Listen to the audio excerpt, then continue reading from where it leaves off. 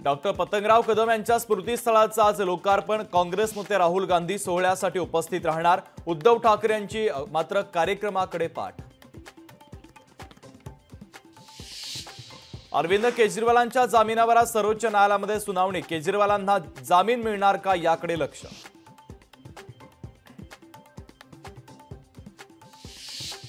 शिवसेना राष्ट्रवादी आमदार अपात्रतेची सुनावणी पुन्हा लावणीवर। आमदार अपात्रतेच्या प्रकरणाची आज होणारी सुनावणी पुढे ढकलली। मालवण पुतळा दुर्घटनेतील आरोपी शिल्पकार जयदीप आपटेला अटक। 2 आठवड्यांपासून फरार जयदीपला कल्याणमधून पोलिसांनी घेतलं ताब्यात।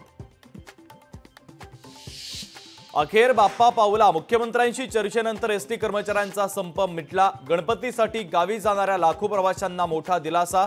मूळ वेतनात 6,500 रुपयांची वाढ।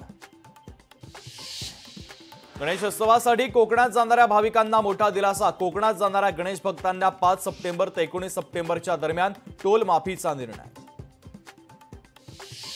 कशेडी बोगद्याची दुसरी लेन आजपासून सुरू होणार। मुंबई गोवा प्रवास सुसाट होणार। हिंडनबर्ग रिपोर्टमुळे वादात अडकलेल्या माधवीपुरी यांच्या विरोधात सेबीतील कर्मचाऱ्यांचं केंद्राला पत्र। अध्यक्षांमुळे संस्थेतील वातावरण खराब झाल्याची तक्रार। निवडणुकीच्या तोंडावर शक्तीपीठ महामार्ग प्रकल्पावर सरकारची माघार। शेतकऱ्यांच्या विरोधाच्या पार्श्वभूमीवर भूसंपादन रद्दचा प्रस्ताव मुख्यमंत्र्यांकडे सादर। अभिनेत्री कंगनाच्या इमर्जन्सी चित्रपटाचं प्रदर्शन लांबणीवर। सेन्सॉर बोर्डाला प्रमाणपत्र देण्याचे आदेश देण्यास हायकोर्टाचा नकार। शीख समुदायाच्या आक्षेपामुळे चित्रपट वादाच्या भोवऱ्यात।